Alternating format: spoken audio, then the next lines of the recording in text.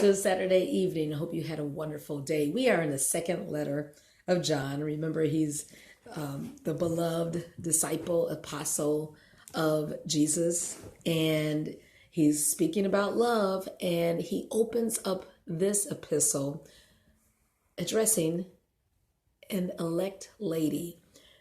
Research. Of course, my first hunch is that he's addressing the church, right? The bride of Christ.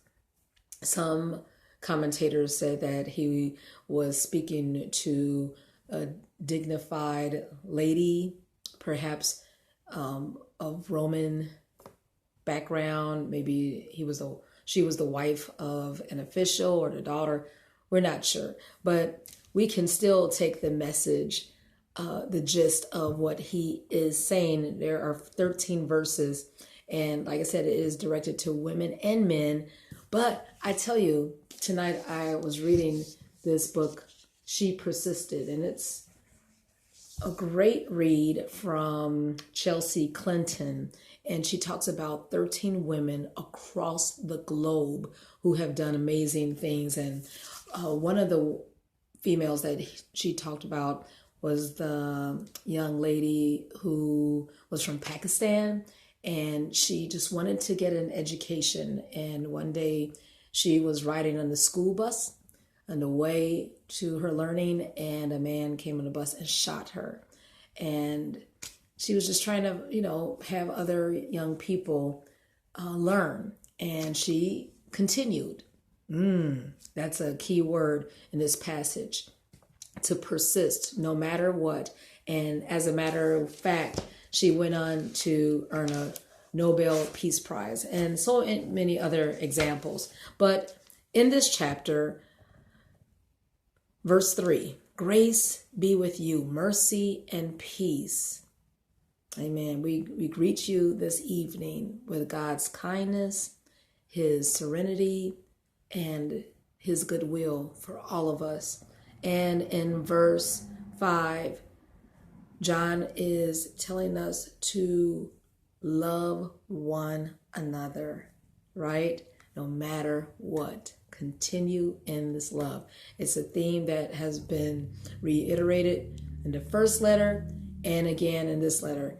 And then in verse 6, he's talking about the commandments, the teachings of the Lord, and he says, walk in it, carry it out, implement what you have read, what you have been exposed to.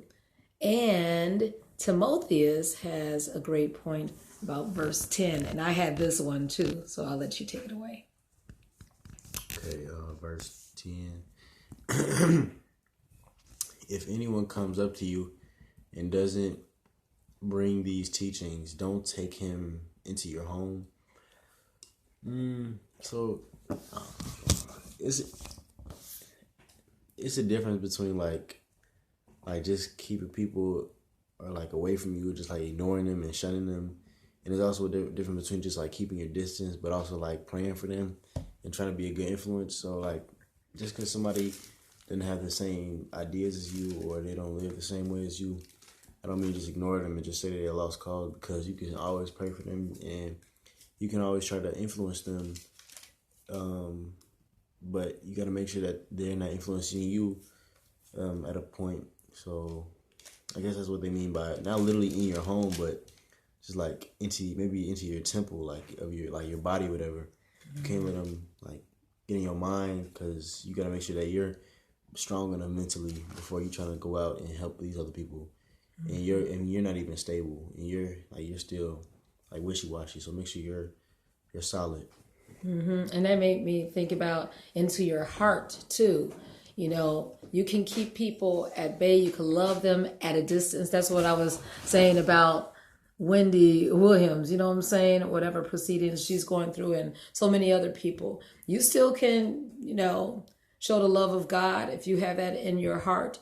Love them at a distance, but also you are to guard your heart. You're supposed to protect yourself, because you don't want to have any dark influences come in.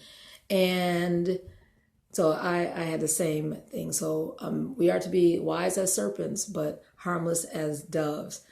And verse 12, having many things to write unto you, I would not write the paper and ink, but I trust to come unto you, right? He wants to speak to the believers face to face. And it's good to have communion and connection and relationship face to face. You know, we're in this digital age, you know, social media and texting. It's something about being able to fellowship face to face, brother and sister, in love. Amen. And why do we do this? So those last 5 words of verse 12, our joy may be full.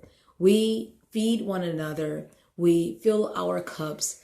And it's all because God has showered his blessings on both of us, on all of us. And we're to fellowship with one another. Amen. So hope you have a wonderful night preparing for worship tomorrow. And just make sure that your joy is full. Good night.